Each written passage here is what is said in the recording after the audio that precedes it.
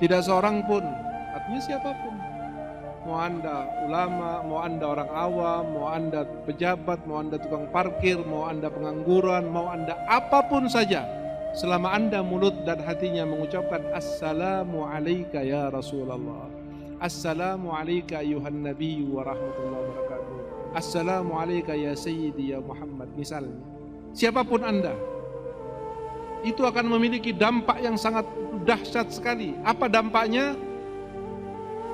Salam Anda akan dapat mengembalikan rohnya Nabi Muhammad ke dalam jasad.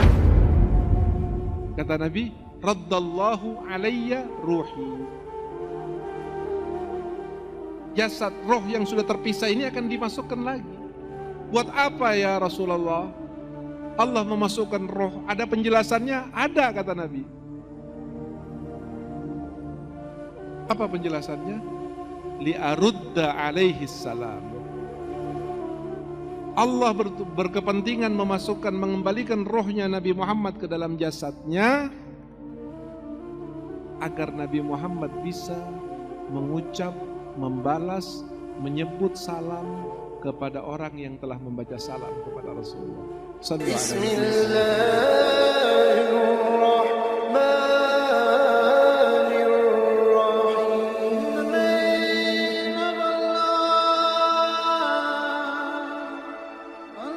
Seperti majelis yang kita hadiri istiqomahi setiap malam Selasa ini, majelis yang bersambung sanatnya, keberkahannya, cahayanya kepada keluarga Rasul sallallahu alaihi wasallam. Dari keluarga Rasul kepada ayahnya yang juga orang soleh, orang alim, orang wali, terus bersambung sampai kepada Sayyidina Muhammad sallallahu alaihi wasallam. Maka saya hakul yakin, saya sangat yakin bahwa yang hadir pada malam hari ini adalah orang-orang yang bukan hanya mulia, tetapi dimuliakan oleh Allah Subhanahu wa taala. Habib punya dalil? Ada. Habib yakin? Ya. Ada dalilnya? Ada. Dalilnya dua. Yang pertama, kalian, kita semua ini sudah disebut oleh Allah namanya satu persatu. Dan sudah dibanggakan kepada jutaan malaikat yang ada di sisi Allah Subhanahu wa taala. Lalu siapa yang lebih mulia dari nama seorang yang disebut oleh Allah di hadapan para malaikat? Ada yang lebih mulia dari itu? Belum tentu presiden saat ini disebut namanya oleh Allah. Belum tentu menteri saat ini disebut namanya oleh Allah.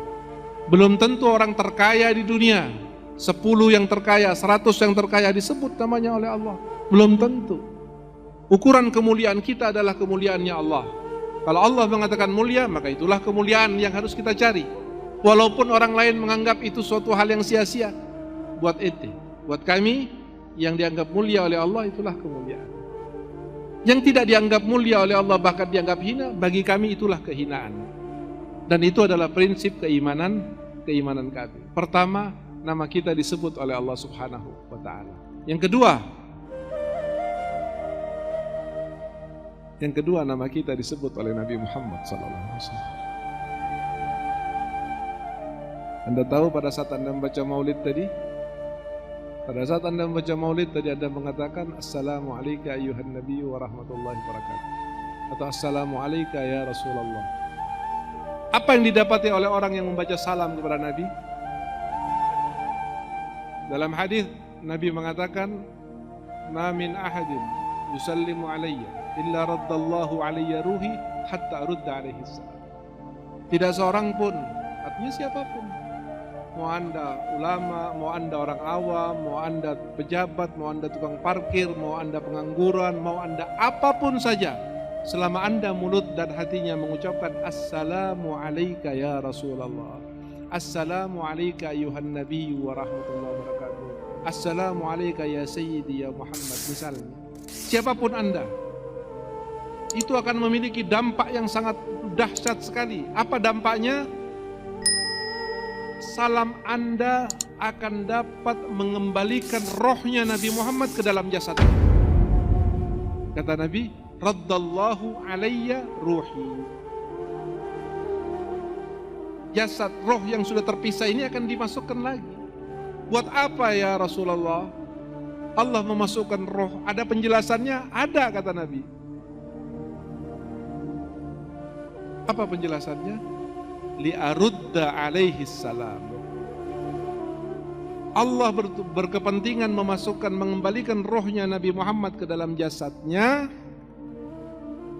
agar Nabi Muhammad bisa mengucap, membalas, menyebut salam kepada orang yang telah membaca salam kepada Rasulullah. Sallu ala nabiyyikum Muhammad. Setelah dua hal yang mulia ini, ada yang lebih mulia dari kita. Ada yang lebih agung dari pekerjaan yang kita kerjakan ini. Ada kedudukan yang lebih kita harapkan daripada kita disebut oleh Allah dengan ridhanya di hadapan para malaikat dan kebanggaannya, lalu kita dibalas salam oleh manusia yang jika dia menangis Allah bereaksi, jika dia berdoa Allah akan mengabulkan, jika dia meminta Allah akan memberikan, jika dia sedih Allah akan berikan apapun agar dia tidak sedih. Dan Allah tegaskan itu di dalam surat Ad-Duha, wala saufa yu'tika rabbuka. Lalu apa kaitannya rabbuka fatardo dengan kita? Kita umatnya Nabi Muhammad yang diperjuangkan oleh Nabi, yang didoakan oleh Nabi, ditangisi oleh Nabi. Nabi berdarah karena kita. Nabi berperang harus membunuh atau dibunuh karena kita. Nabi diusir karena kita. Nabi dipercaya menjadi didustakan karena kita. Semua karena kita. Lalu orang yang diperjuangkan oleh Nabi, tiba-tiba dia dengan hatinya, dengan mulutnya membaca salam kepada Rasulullah. Assalamualaikum ayuhan Nabi wa rahmatullahi wa barakatuh. Tidakkah Nabi akan bereaksi? Akankah Nabi diam? Akankah Nabi tidak peduli? Sementara Nabi sepanjang hidupnya memperjuangkan kita semua. Lalu orang yang diperjuangkannya tiba-tiba ingin kembali kepada Nabi, rindu kepada Nabi, cinta kepada Nabi, ingin mendekat kepada Nabi, merasa bersalah dan mengungkapkannya lewat salam kepada Nabi Muhammad SAW. Betapa bahagianya hati Nabi, betapa senangnya Nabi, betapa inginnya Nabi mungkin memeluk kita. Ingin Nabi mungkin memeluk kita. Apalagi kita saat menangis membaca salam kepada Rasulullah. Saya yakin Nabi Muhammad ingin hadir lalu memeluk kita, mengatakan sudahlah jangan menangis. Kenapa saya katakan demikian? Karena pernah dalam hadithul jidhi' Nabi Muhammad SAW satu waktu lagi khutbah, lagi ceramah, lagi menjelaskan tentang agama, tiba-tiba masjid digemparkan oleh suara rintihan. Rintihan yang sangat memilukan. Rintihan seakan-akan rintihan bayi yang ditinggal oleh ibunya. Maka sahabat menjadi gempar di dalam masjid. Suara rintihan apa ini? Ternyata saudara yang dirahmati oleh Allah, sebelum rintihan itu terdengar, Nabi Muhammad SAW ketika menyampaikan pesan agama, menyampaikan wahyu Allah, bersandar, berpegang, bertumpu kepada salah satu pohon kurma yang sudah mati, pohon kurma yang sudah ditebang, pohon kurma yang tidak lagi hidup, pohon kurma yang dijadikan sebagai salah satu tiang masjid di sisi masjid, dan itu dijadikan tempat Nabi oleh Nabi Muhammad ketika menyampaikan wahyu Allah dan pesan-pesan agama. Sahabat mengetahui bahwa Nabi butuh kepada mimbar, lalu dibuatkan mimbar oleh sahabat.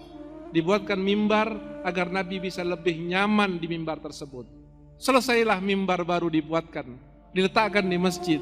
Lalu kemudian Nabi Muhammad pertama kali menyampaikan pesan-pesan agama. Di mimbar barunya, baru beberapa kalimat diungkapkan oleh Nabi Muhammad, tiba-tiba masjid digemparkan oleh suara rintihan. Sahabat tidak tahu dari mana rintihannya, Nabi Muhammad tahu. Sahabat tidak faham suara apa ini, Nabi Muhammad sangat faham. Berhenti Nabi Muhammad dari khutbahnya, turun dari mimbarnya, menuju ke satu arah di masjid. Lalu Nabi Muhammad mendekati satu pohon kurma yang sudah kering. Apa yang dilakukan oleh Nabi SAW? Dipeluk pohon kurma tersebut. Dipeluk oleh Nabi seperti seorang ibu memeluk anaknya. Apa yang terjadi kemudian? Suara rintihan hilang. Suara rintihan, ternyata yang merintih adalah pohon kurma. Yang merintih adalah pohon kurma yang pernah dijadikan mimbar oleh Nabi, lalu ditinggalkan, bukan ditinggalkan begitu saja. Masih ada dalam masjid, masih ada di sekitar Nabi, tapi karena tidak lagi diinjak oleh Nabi, tidak lagi dipegang oleh Nabi, pohon kurma merasa sakit, merasa sedih yang luar biasa ketika ditinggalkan oleh Nabi Muhammad SAW.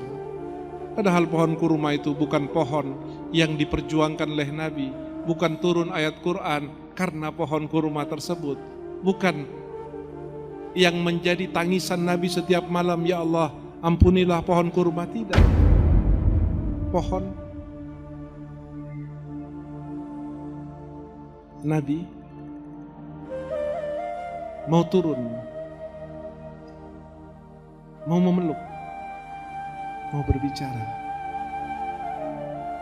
Pohon kurma tahu cinta kepada Nabi, tahu rindu kepada Nabi, tidak rela ditinggal oleh Nabi, tidak mau berjauhan dengan Nabi. Pohon, saudara, tidak punya roh, tidak punya pikiran, tidak punya rasa, tapi dia kenal dengan Nabi Muhammad.